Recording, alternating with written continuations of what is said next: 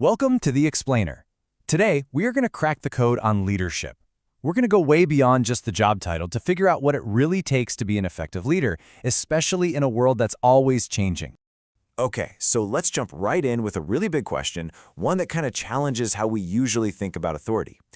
We throw around the words manager and leader like they're the same thing, but are they? Really? As we're about to see it, telling them apart is absolutely crucial. So to really get what leadership is, we first have to be crystal clear on what it isn't. And the best way to do that is to put it right up against management. Now, this isn't about saying one is good and the other is bad. Not at all. It's about recognizing that they're designed for two totally different jobs. Let's start with direction. See, a manager is all about the how. They're the ones making the plans, setting the budgets, drawing the roadmaps to get the team from point A to point B. A leader, though, they're focused on the why. They create this compelling, exciting vision of what point B could even be, making that whole journey feel worth it. Okay, what about alignment? Well, management is all about structure. It's organizing people, directing tasks, and controlling all the moving parts to keep things orderly. Leadership, on the other hand, comes at it from a completely different angle. It's about creating a shared culture, a set of values everyone buys into, that encourages people to be flexible, to learn, and to work together. It's kind of like the difference between building a rigid scaffold versus, say, nurturing a whole ecosystem that can grow and adapt. And this is maybe the most important difference, where their power actually comes from. A manager's authority, it's handed to them. It comes with the job title, their spot on the org chart. You report to them. But a leader's power, well, that's not given, it's earned. It's built on personal influence, on trust, on the strength of who they are. You don't report to them, you follow them.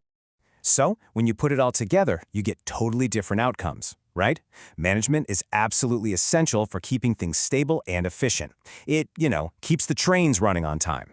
Leadership, though, is the engine. It's what drives real, meaningful change and gives a team the agility it needs to handle whatever the future throws at it. All right, so we've cleared the ground on what leadership isn't.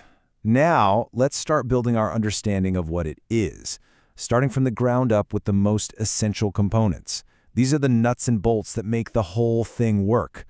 Now, what's so cool here is how all these pieces fit together to create a whole system. Leadership isn't just one thing, you see. It has to start with followers. You can't lead anyone if no one's there. Then a leader uses their personal influence to get those followers excited about a shared purpose, some kind of vision. And the whole point is to create positive change. But for that to happen, the leader has to take personal responsibility and have a clear intention for their actions. It's like this dynamic loop, not just some checklist. And if we drill down even deeper, we find these 4 non-negotiables. You've got to have the competence to know what you're talking about, the commitment to actually follow through, and the communication skills to get people on board. But one of these is the absolute foundation for everything else. And that brings us to the trust imperative. You can think of trust as the actual currency of leadership. It's something you build up slowly over time by being consistent, by proving you know what you're doing, and by showing you're all in. If you don't have trust, your influence is zero. It's that simple. True leadership just can't exist without it.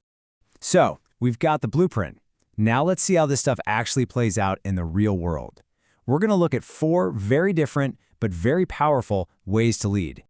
Now, it's really important to think of these as tools in a toolbox, not rigid boxes you have to squeeze yourself into. A truly great leader knows exactly which tool to pull out depending on the situation and the team they're working with. First up, the transformational leader.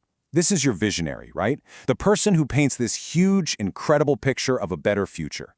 They get people so inspired that they're willing to look past their own day-to-day stuff and work for the good of the whole team. It makes big changes feel not just doable, but really important. Then, on the flip side, you have the transactional leader. They're much more focused on the here and now, on stability and clear, simple exchanges. They're great at the traditional stuff because they make a really powerful promise. Hey, if you hit these targets, you'll get this reward.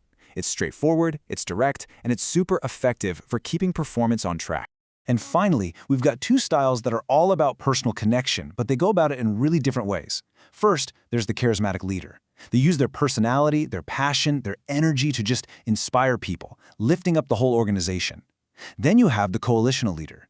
These are the master networkers, the strategists. They build bridges and make deals to get different groups all working together toward one common goal. So one inspires with fire, the other with connection. So we know what leadership is, we've seen how it works, but what's the end game? I mean, when a leader is doing their job right, what are they actually trying to accomplish? Why does all this matter so much? And this quote just nails it perfectly.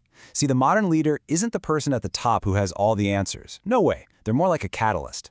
Their real job is to create an environment where all the amazing ideas, the knowledge, the expertise of the entire team can be unlocked and put into action faster and better than ever before. So how do they actually do that? Well, they become amplifiers for the team's brainpower. They don't just bark orders, they ask really tough questions that make people think. They don't try to get everyone to agree right away, they actually create healthy debate. But the most important thing they do? They completely change the game of problem solving. It's no longer about what I, the leader, can figure out. It becomes about what we, as a team, can solve together. And that's the real game changer. Okay, so we've built this whole picture of leadership, from what it is at its core to what its ultimate goal is. So let's look forward. What are the big challenges that leaders are facing right now, in this kind of new world we're all working in? Man, the landscape today is just more complex than it's ever been.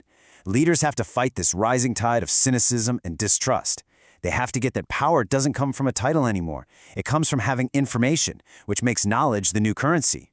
And on top of all that, there's this new social contract where people aren't just looking for a paycheck. They want fulfillment. They want their work to actually mean something. And that really leaves us with one final big question to think about. The definition of a great leader, it's not set in stone. It's always changing to meet the moment. So the important question isn't just, what is a leader?